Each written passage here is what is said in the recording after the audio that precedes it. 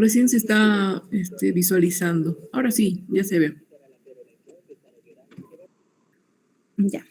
Hola, buenas noches, compañeros, buenas noches. Ahora les voy a presentar el tema de neurooftalmología. Bien, vamos a empezar por la importancia. Bueno, las vías visuales y el sistema oculomotor reflejan mucho el estado general del sistema nervioso como un todo.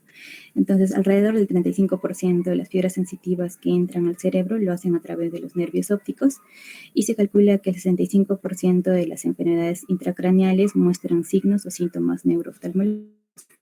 Y bueno, en cuanto a la exploración neurooftalmológica, permite que el médico de primer contacto identifique alteraciones que van a poner en riesgo, ¿no?, la vida o algunas enfermedades neurológicas que pueden comprometer la visión o de repente otras enfermedades sistémicas. Y algunos ejemplos van a ser los tumores cerebrales, la esclerosis múltiple, el evento vascular cerebral, la arteritis de células gigantes y los aneurismas arteriales intracraneales. Ahora, en cuanto a he contestado preguntas, ¿no? Existe una lesión, como dónde está, y esto es para que el médico pueda diferenciar algunas enfermedades orgánicas verdaderas de algunas alteraciones funcionales enmascaradas. Y la segunda pregunta es, en caso de existir esta enfermedad orgánica, ¿la causa de la pérdida visual es intracraneal, orbitaria o está en el mismo ojo? En cuanto a prueba de agudeza visual, el primer paso siempre va a ser la exploración ocular. Va a ser, bueno, determinar la agudeza visual, ¿no?, en cada ojo, donde el principal síntoma de la mayoría de los pacientes es el grado, ¿no?, de alteración visual. Por ejemplo, el paciente puede presentar una visión borrosa o una ausencia de la región del campo visual. También es necesario el uso de la cartilla de Snell convencional, que va a ser el mejor método actual y el más sencillo, ¿no?, para medir función de las fibras maculares. También es necesario medir la visión cercana y lejana y registrar uso de anteojos correctivos en caso del paciente cuente con ellos. Ahora, en cuanto al campo visual, tenemos la exploración del campo visual por confrontación. Va a ser un procedimiento de escrutinio separado y se tiene que examinar cada ojo por separado, y esto mientras el paciente fija la mirada en el ojo del explorador con su ojo ocluido, y bueno, se pide que cuente dedos en cada uno, ¿no?, de los 4 cuadrantes del campo visual. La mayor parte de los defectos del campo visual van a afectar la visión central, entonces tenemos que poner atención en la región central dentro de los 30 grados, y el método es pedir al paciente que vea una hoja del papel graficado o una rejilla de Amfler, que va a ser parecida pero específica para este tipo de pruebas. Y manejo de la cuadrícula, no tenemos una hemianopsia bitemporal por compresión del quiasma, o también pequeños defectos homónimos del campo visual debido a las enfermedades del lóbulo occipital. Tenemos también un método alternativo donde se pide al paciente que reconozca la cabeza pequeña de un broche o un objeto similar, y esto en todos los campos de visión, ¿no? O también la prueba con un objeto rojo, y esto va a ser útil en los pacientes con enfermedad del nervio o del quiasma óptico. Un método más simple también es realizar en la cama del paciente. Se le pide al paciente que fije su mirada en la nariz del explorador con el ojo evaluado, el otro opuesto se ocluye, ¿no?, con la mano del paciente, y se le pide que diga si una parte de la cara del explorador se distorsiona o si se ve. Y un método más formal es la perimetría automatizada, que sirve para evaluarla de manera más exacta, ¿no?, una enfermedad de la vía visual. Ahora, en cuanto a los reflejos pupilares, las pupilas deben revisarse mientras el paciente ve un objeto distante para evitar la miosis pupilar. Esto con objetos cercanos, con sinesia cercana o una acomodación, miosis pupilar y convergencia. En cuanto a la inspección de las pupilas, el marrón oscuro se va a facilitar por la aplicación tangencial luz a través de la lámpara de bolsillo. En unas pupilas normales van a ser redondeadas y la variación va a ser menos de 1 milímetro, ¿no? Y en una habitación con luz tenue va a ser de 5 a 8 milímetros. En una pupila normal, esta va a ser de 3 milímetros, va a haber pobre dilatación pupilar en una habitación con luz, y una escala de miosis con luz va a ser alta, ¿no?, en el sistema nervioso periférico. En cuanto a la prueba de balanceo, el mayor valor va a ser en el nervio óptico, una alteración en el nervio óptico, y se va a detectar, ¿no?, el defecto pupilar aferente en la pupila de Marcus Bunge. Y esta prueba debe disminuir la iluminación del cuarto y usar lámpara de bolsillo. Para esto, primero el paciente se debe mantener el paciente con una vista fija en un objeto lejano a más o menos 4.5 metros o más. Se debe usar una luz de lámpara que se dirige directa a uno de los ojos por 3 a 5 segundos. Y por último, se regresa al primer ojo. Y bueno, esto se va a repetir, ¿no?, varias veces hasta estar seguro de las respuestas. El médico debe mantener la luz sobre la pupila evaluada hasta que la fase de dilatación o la estabilización. Y entonces va a comenzar antes de balancear el ojo contralateralmente. Una respuesta normal sería la dilatación lenta sin contracción inicial, un defecto pupilar aferente relativo y una lesión intensa, unas cataratas densas que no afectan los reflejos pupilares.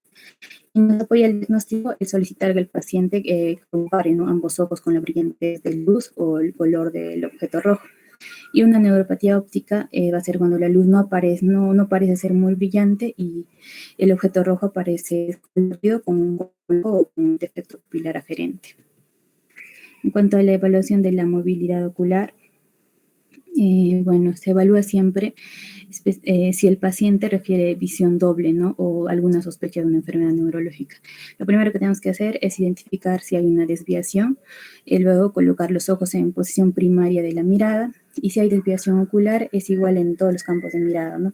Va a haber una desviación concomitante, que va a ser un problema oftalmológico preexistente, y la desviación mayor en la posición específica de mirada va a ser una desviación incomitante, que va a ser una causa paralítica o neurológica, también restrictivas, o alguna enfermedad ocular tiroidea, o también se puede deber a un trauma. Los movimientos se van a estudiar al momento de pedir al paciente que lleve sus ojos con rapidez a un objeto y que el médico sostiene, ¿no?, a la derecha, a la izquierda, arriba o abajo. Y los movimientos de seguimiento se van a valorar al solicitar, ¿no?, que el paciente siga un objeto que se va a mover, ya sea con lentitud, primero en forma horizontal, luego vertical. En el médico va a dar las siguientes anormalidades que observamos, como estrabismo, va a ser una alineación ocular anormal, la limitación del movimiento de cualquier ojo que puede ser restrictivo o patético, la limitación de la mirada, que puede ser de forma típica, ambos ojos van a estar afectados de manera simétrica en los infartos del tallo cerebral, o un nistagmo, ¿no?, que van a ser movimientos oculares espontáneos de sacudida. En cuanto a la oftalmoscopía, la evaluación de un paciente con síntomas neurológicos no va a estar completo si no se va a evaluar el fondo de ojo. Entonces, se debe poner atención, por ejemplo, a la apariencia del disco óptico y también a la mácula.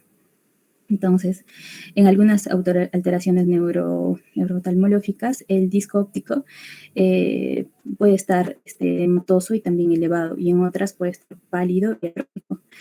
El médico también tiene que estar atento para distinguir, ¿no?, la presencia de las pulsaciones venosas espontáneas, lo que nos puede indicar una presión intracraneal, y también así como la ausencia, ¿no?, de hemorragias o excavación. Bueno, y la exploración del fondo de ojo puede realizarse con o sin dilatación farmacológica de las pupilas. Como resultados, tenemos algunas alteraciones pupilares,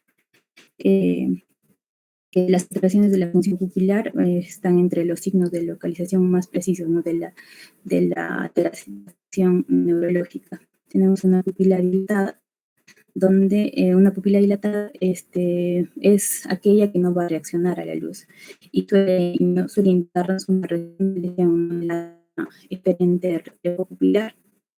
Una pupila dilatada en un paciente con traumatismo, por ejemplo, craneoencefálico, puede indicar, ¿no?, una comprensión de tercer nervio, por ejemplo, que es el nervio oculomotor, ¿no? En cuanto a la pupila atónica, también conocida como pupila de Addy, Esta se observa de manera predominante en mujeres jóvenes y también puede ser unilateral. Y cuando es habitual, la pupila tónica suele ser más grande que la contralateral y la reacción a la luz se encuentra ausente o también encontrar disminuida. Ya, en cuanto a las alteraciones neuromotoras, la evaluación del paciente que refiere a un doble debe incluir una anamnesis que va a ser exhaustiva, orientada también al área neurológica, ¿no? Entonces, tenemos, por ejemplo, la diplopía binocular verdadera que se presenta en estrabismo adquirido tras los 7 o 8 años, la diplopía monocular que son causadas por errores refractarios, puede ser un boceto o catarata. También se tiene que preguntar siempre si es persistente o transitoria, súbito gradual, horizontal vertical. Ya tenemos la pupila pequeña unilateral también. Bueno, en este caso, una pupila pequeña, un ojo que reacciona con normalidad a la luz y a la acomodación, suele ser no de origen psicológico y muchas veces no tiene una importancia neurológica. Pero cuando se acompaña de una tosis leve, por ejemplo, del párpado superior, una pupila pequeña nos puede indicar, por ejemplo, un síndrome de Horner. Este va a estar causado por una lesión congénita o adquirida de la vía simpática, ya sea en su posición central o preganglionar, donde el hipotálamo hasta el ganglio cervical superior, o en la porción postganglionar, ¿no? Desde el ganglio cervical hasta el ojo. Bueno, las alteraciones mortales en forma potencial pueden presentarse con una disección carotidia, por ejemplo, el aneurisma carotidio y el cáncer pulmonar apical también. En caso de la pupila de Argyll-Robertson, esta va a ser una pupila pequeña e irregular que responde poco o nada a la luz, pero lo hace de manera normal a la acomodación y por lo general las dos pupilas van a estar alteradas. Sin embargo, al inicio esta alteración puede ser unilateral o también puede ser asimétrica. En la anatomía de la vía simpática, como se ve en la imagen, se muestran, ¿no?, las vías de la neurona central de orden, también la neurona intermedia de segundo orden y la neurona de tercer orden, ¿no? También observamos la proximidad del ápice pulmonar de la cadena simpática, así como la relación, ¿no?, de las fibras simpáticas intracavernosas con el nervio aductor. Ahorita continúo porque esta es la primera parte, me parece. Ya está bien, entonces, tu compañera puede continuar.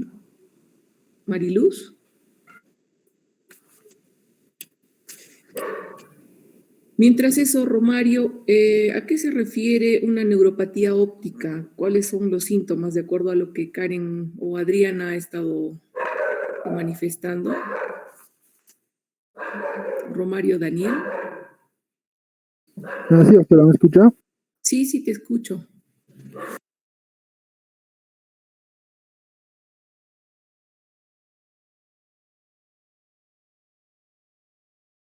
Abre tu micro, Romario. Perdón, doctora. ¿Ahora sí me escucha? Sí, ahora sí. La neuropatía óptica, doctora. Y la neuropatía óptica. Lo que mi compañera mencionaba es que en la neuropatía óptica la luz no parece ser brillante, ¿no? Y además en el ojo se aprecia un efecto descolorido con una pupila aferente, ¿no? Con la reacción de la pupila aferente. ¿Cómo es esta reacción de pupila aferente? A esto, al estimular, ¿no? El ojo, por ejemplo, el ojo derecho, ¿no? Se estimula y la reacción aferente se, ah, se muestra en el ojo izquierdo, ¿no? También con la contracción del iris y reduciendo así la pupila. Si se contrae el iris en el ojo derecho, ¿cuál sería el defecto pupilar aferente? ¿Dónde estaría ubicado el defecto pupilar aferente? En este caso aferente sería, por ejemplo, ah, Sería, por ejemplo, en el núcleo del tercer nervio craneal. Josmi, ¿le puedes dar una mano a Romario?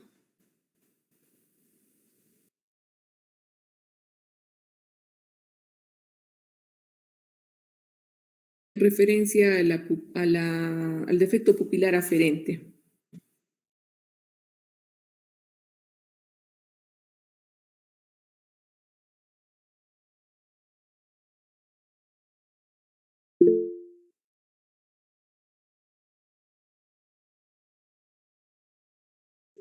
Ok, entonces, Catherine.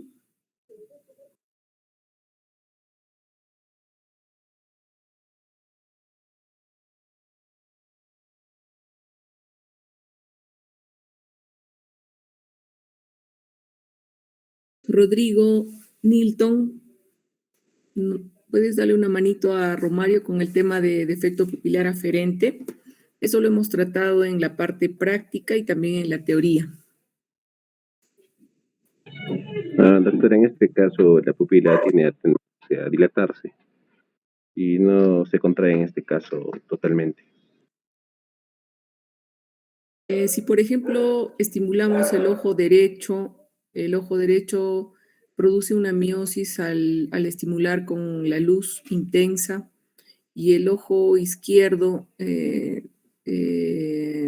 decimos que tiene un defecto pupilar aferente. ¿Cómo quedaría el ojo izquierdo?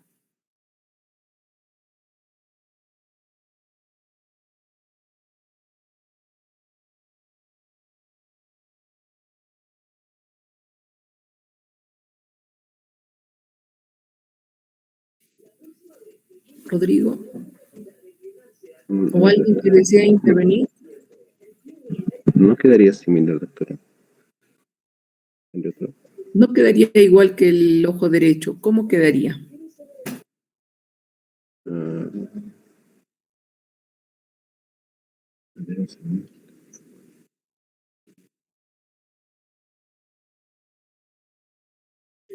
Pauli y Juliana, ¿cómo quedaría el ojo izquierdo?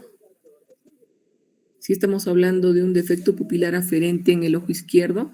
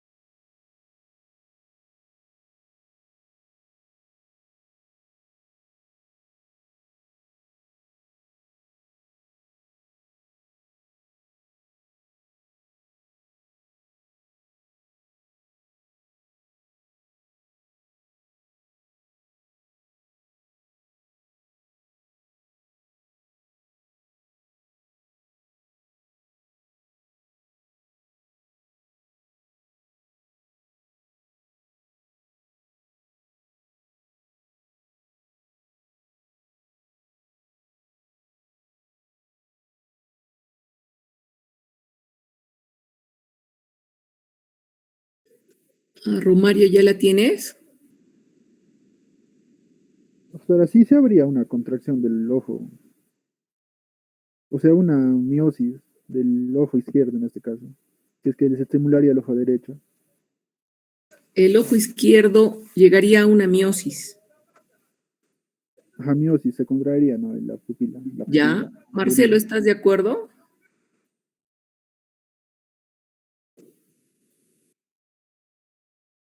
Sí, sí, doctor, estoy de acuerdo con mi compañero Román. O sea, el ojo afectado es, la respuesta a la luz del ojo afectado es menos intensa que la respuesta del ojo afectado. ¿Cómo sería la pupila si es que está menos, si tiene una respuesta menor y está más afectada, de acuerdo a lo que me dices? ¿Cuál sería la pupila de Marcus Gann o defecto pupilar aferente? ¿Cómo es el defecto pupilar aferente, en otras palabras?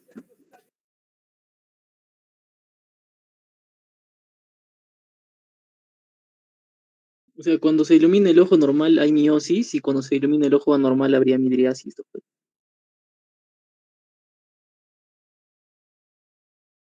Bien, Marcelo.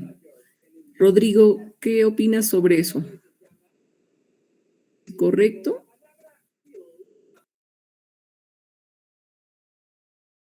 Sí, estoy de acuerdo, doctora, con mi compañero.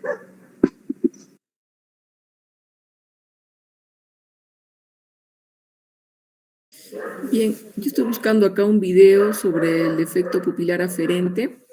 Efectivamente, cuando uno está en un ambiente oscuro y evalúa al paciente, el paciente que presenta el efecto pupilar aferente positivo, por ejemplo, de efecto pupilar aferente positivo en el ojo derecho al estímulo con la luz va a presentar una ligera midriasis o a veces una parálisis del iris, sin llegar a la miosis, ¿no?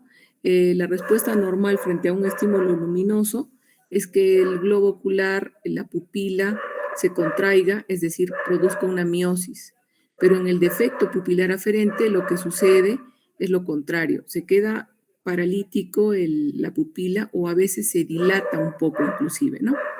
Este defecto pupilar aferente, ¿qué nos traduce que está sucediendo en la retina o en el nervio Ayrton?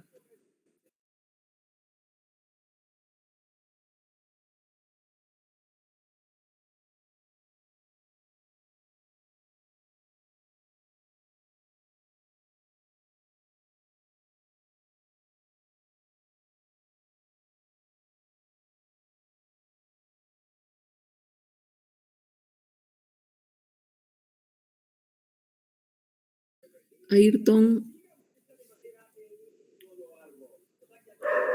Catherine, ¿qué nos traduce esto? Faltan 20 alumnos, son 25, son 49. Faltan 20 alumnos. O tienen examen hoy día. No, doctorita. Ya. Adriana, un favor, ¿me haces una relación de los que están asistiendo, por favor? Ya, doctora, ahora lo hago. Gracias. Lucía, ¿qué nos traduce la pupila de Marcus-Gann o el defecto pupilar aferente en retina? Ayrton, adelante. Disculpa, Lucía. Doctora, disculpe, en este caso un defecto pupilar aferente o en este caso el defecto de Marcus-Gann es una lesión a lo que es a nivel del nervio óptico, ¿no? Y vendría a ser una opacidad en lo que es los medios transparentes, no producen este defecto, ¿no? Entonces, no hay se va a producir lo que es una respuesta consensual, ¿no? No se va a producir una respuesta consensual. Sí, doctora. ¿Ya? Correcto. Efectivamente, cuando se evidencia un defecto pupilar aferente, estamos evidenciando un problema a nivel de la retina. Como dice Ayrton, podría ser una falta de transparencia de uno de los medios, que podría ser la cámara anterior, el cristalino, la retina, podría ser el vítreo o algún problema a nivel de la misma retina, ¿no? En el tema de la captación de la luz. Eso podría suceder o podría estar sucediendo también algún problema neurológico a nivel del segundo par, ¿verdad? Acá tengo un video que voy a compartirlo con ustedes y luego pasamos a la segunda parte con, con vuestra compañera. Un momentito.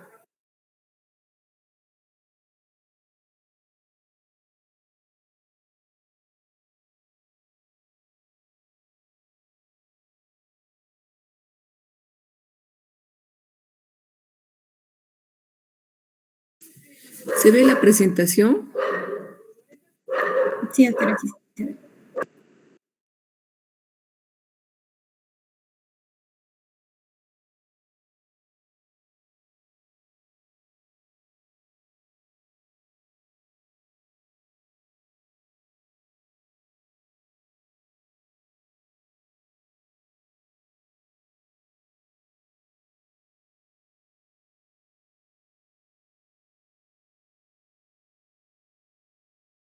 En este caso vemos, por ejemplo, la pupila de Marcus Gunn en el ojo izquierdo. Fíjense bien el ojo izquierdo, por favor.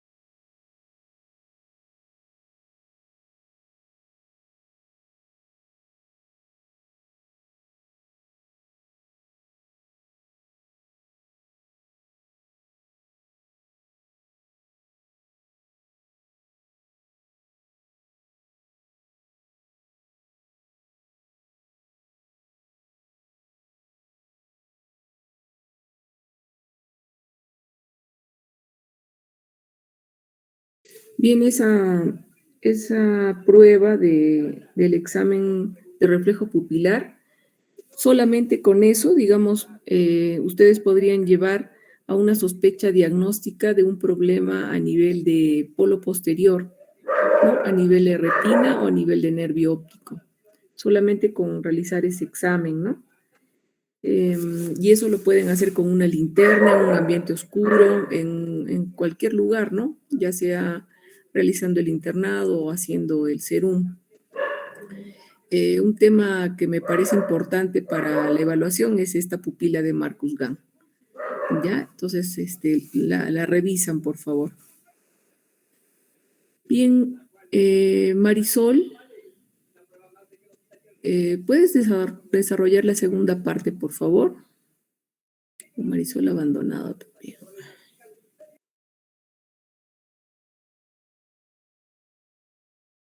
Lucero, ¿puedes desarrollar la segunda parte, por favor? Sí, doctora, ya la presento. Ya listo, gracias.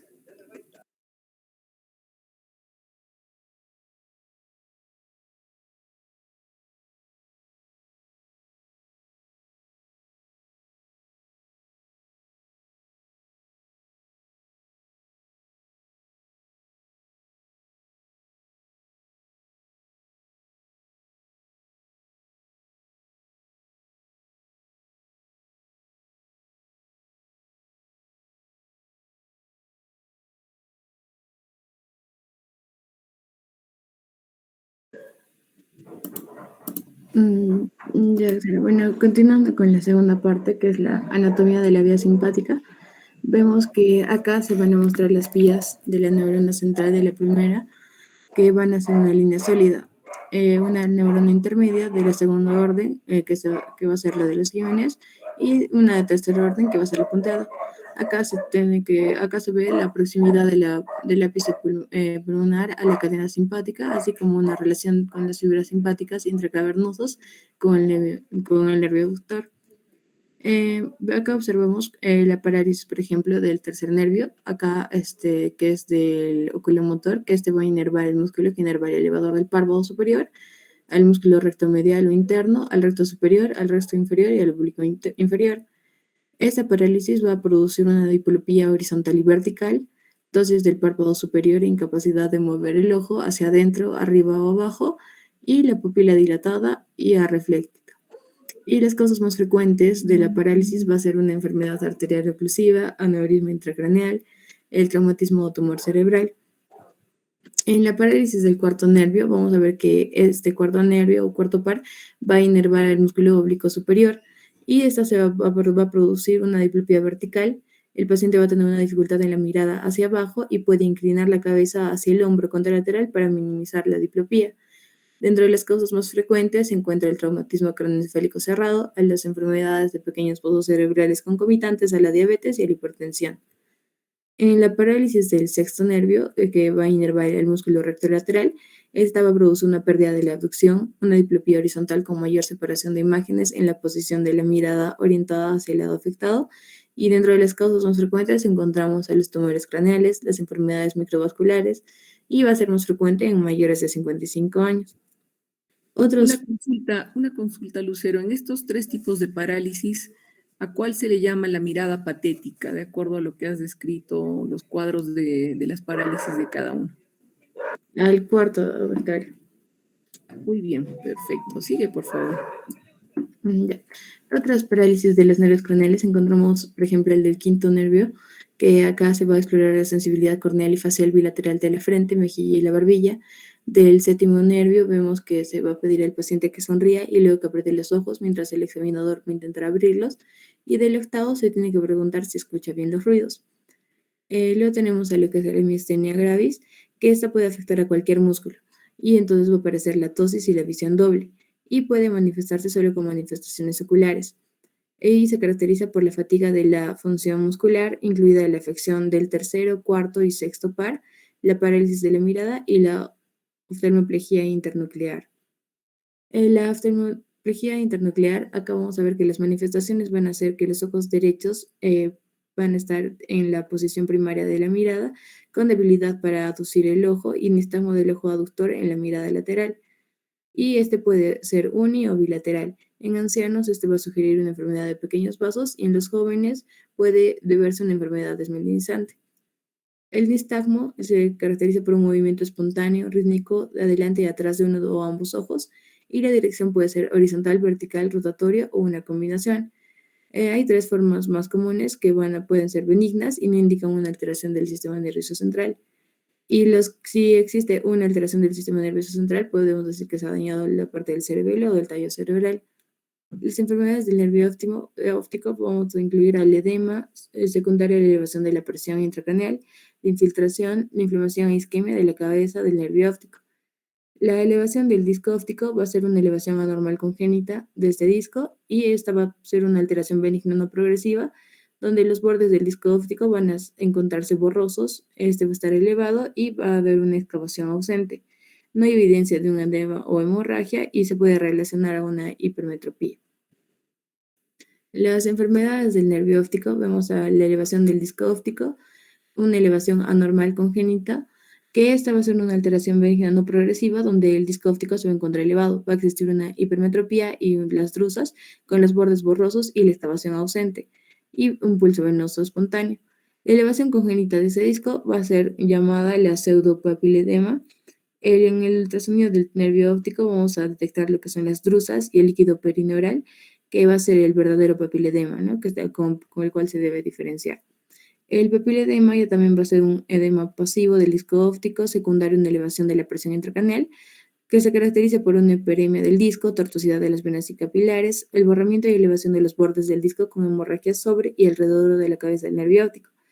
Los signos tempranos vamos a tener la elevación sutil de los bordes del disco, la pérdida del pulso venoso espontáneo y la hiperemia leve.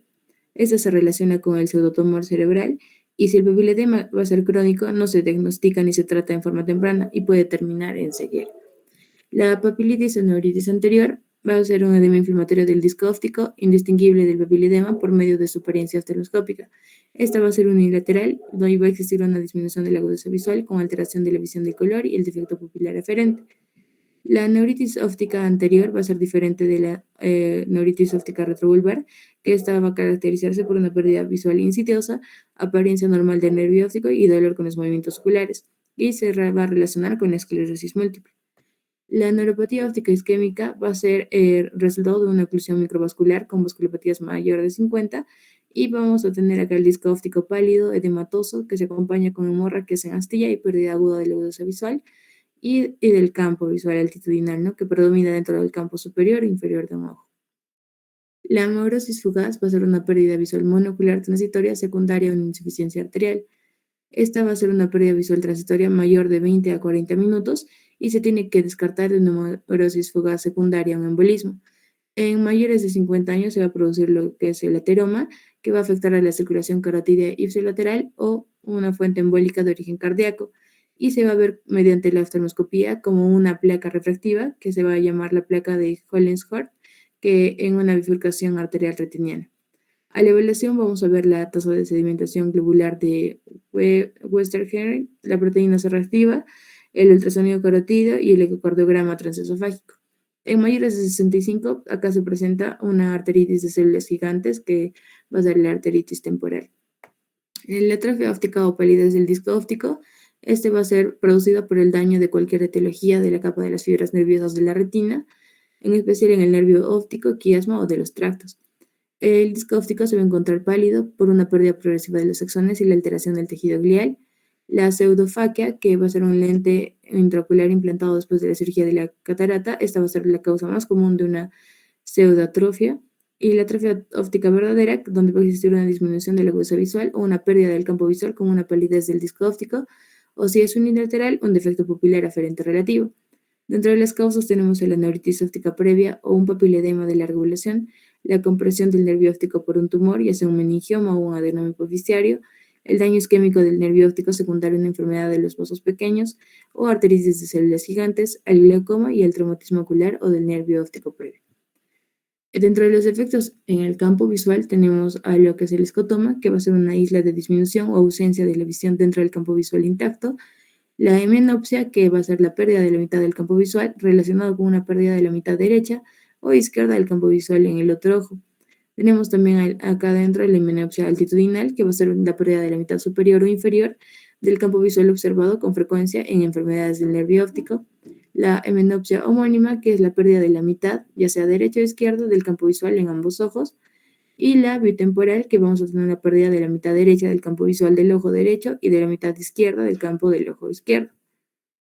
Dentro de los defectos del campo visual neurológicamente significativos tenemos a los escotomas centrales, que van a ser las lesiones del nervio óptico o de la retina. Dentro de estos tenemos a la neuritis óptica, al glioma del nervio óptico, al meningioma y a la neuropatía óptica isquémica. En los defectos bitemporales, que van a ser las enfermedades del quiasma, tenemos al adenoma hipoficiario, que va a dar lugar a una menopsia bitemporal. Luego también tenemos a los defectos homónimos, que van a ser los retroquiasmáticos. Los defectos más significativos en los 30 grados centrales del campo visual se van a dar en las lesiones prequiasmáticas, que van a producir la afectación unilateral, las lesiones quiasmáticas, que estas van a afectar a ambos ojos asimétricamente, y las retroquiasmáticas, que van a producir una hemenopsia homónima, que van a ser por eventos vasculares. Acá vemos en esta imagen los sitios de la lesión, ¿no? Acá, según los efectos del campo visual, en el nervio óptico vamos a ver la pérdida de la visión monocular, a nivel del nervio óptico uniéndose al quiasma, la pérdida de la visión monocular, que se relaciona con una alteración contralateral del campo temporal, una lesión en el quiasma óptico, que va a dar lugar a una hemenopsia bitemporal, una lesión en el tracto óptico, la hemenopsia homónima total, que va a ser incongruente si es incompleta, una lesión en el lóbulo temporal va a dar lugar a una hemenopsia homónima superior, la lesión en el cuerpo geniculado va a dar lugar a una hemenopsia homónima total poco frecuente, la lesión en el lóbulo parietal a una cuadrantonopsia homónima inferior, y la lesión en el lóbulo occipital va a dar diversas hemenopsias homónimas que van a ir desde los escotomas homónimos pequeños hasta los totales, según la localización, ¿no?, del lóbulo involucrado. Las alucinaciones visuales, acá tenemos al síndrome de Charles-Bonnet, que van a ser las alucinaciones visuales formadas por lo que son las estereotipadas y las repetitivas, que vamos a tener acá los rostros de animales, flores y a menudo del tamaño pequeño en personas que se encuentran cognitivamente intactas. En ancianos la incidencia va a aumentar y con una pérdida significativa de la visión por una degeneración macular, y se sugiere una relación con la demencia temprana. Luego tenemos a la pérdida visual cognitiva, que va a ser en una variedad de una persona con Alzheimer, que acá el paciente no va a poder leer aunque la agudeza visual esté normal. La demencia se va a dar en la demencia temprana y la simultagnosia, que acá el paciente va a poder leer las letras individuales, pero no en agrupaciones. Acá se realiza la prueba de las manecillas de reloj y el puntaje mayor o igual de 4 debe referirse a las pruebas neuropsiquiátricas y una consulta geriátrica o neurológica. Finalmente, los puntos para recordar, tenemos que la exploración de la agudeza visual, como de los campos visuales, va a ser crítica en la evaluación de un disco óptico normal, y un paciente con una lesión unilateral del nervio óptico debe tener las pupilas simétricas con la luz ambiental, pero una prueba positiva de balanceo de la luz. Los bordes del disco óptico borrosos no van a ser diagnósticos de papiledema y debe considerarse otros signos y síntomas. Y va a ser muy probable que las alteraciones del quiasma ocasionen un defecto bitemporal del campo visual. Eso sería todo, doctor. Si los defectos de los bordes del nervio óptico no representan un papiledema, entonces, ¿a qué representa? en cuanto al punto tercero para recordar.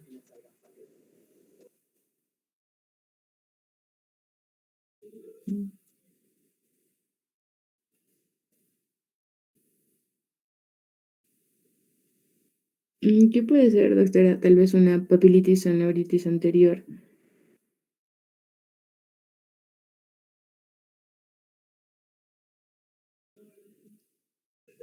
Bien, podría ser, por ejemplo, una elevación anormal congénita del disco óptico, podría ser un papiledema, podría ser una papilitis o una neuritis anterior, o podría ser una neuritis óptica isquémica.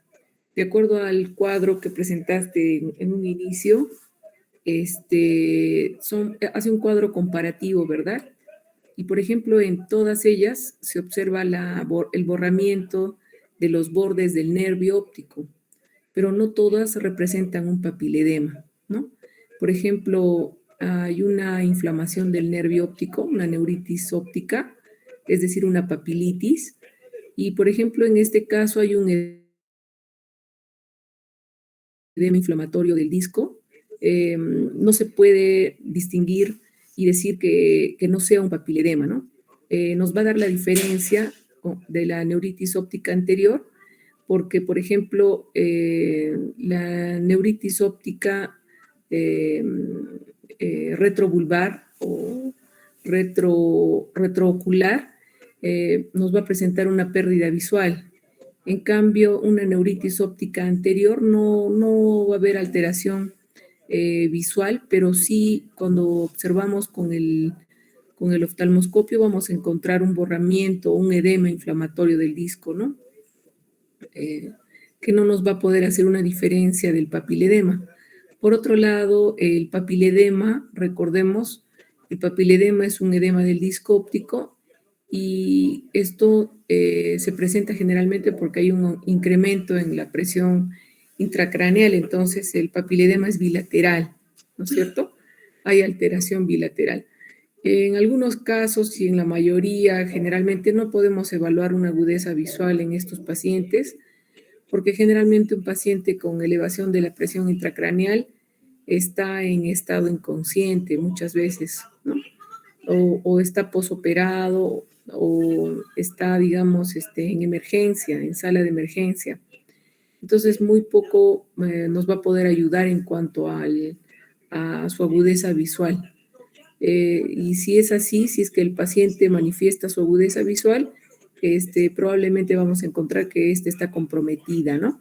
Es decir, el paciente con papiledema no tiene una buena visión. Y si es que esta presión intracraneal continúa dañando el nervio óptico y comprimiendo los vasos, las arterias, las venas, puede llegar a terminar en una atrofia óptica. Esto debido a que hay una obstrucción en la normal vasculatura del nervio óptico, ¿no? Lo que encontraríamos en un papiledema sería la elevación de los bordes del disco, además hemorragia alrededor de la cabeza del nervio óptico.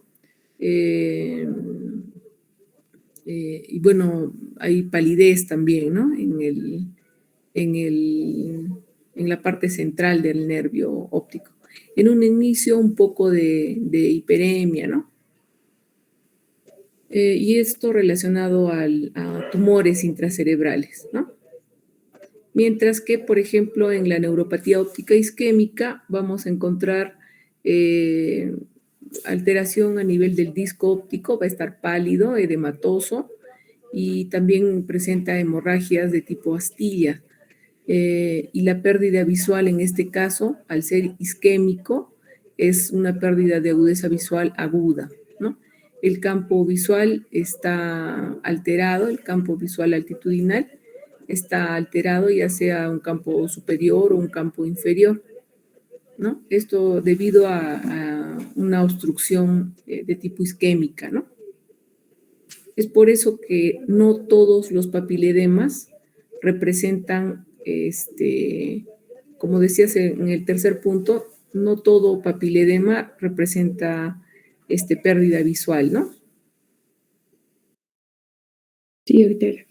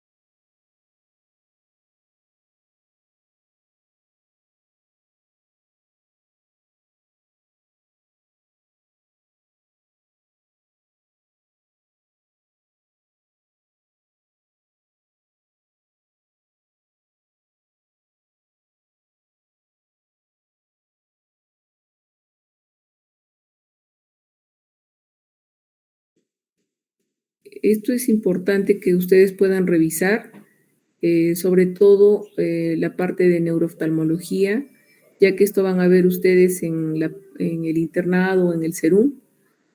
Por otro lado, son temas que se consideran dentro de las preguntas en el ENAM, que deben rendir ustedes al final del internado. Entonces, revisen bastante bien esta parte de neurooftalmología, ¿ya? ¿Tienen alguna pregunta?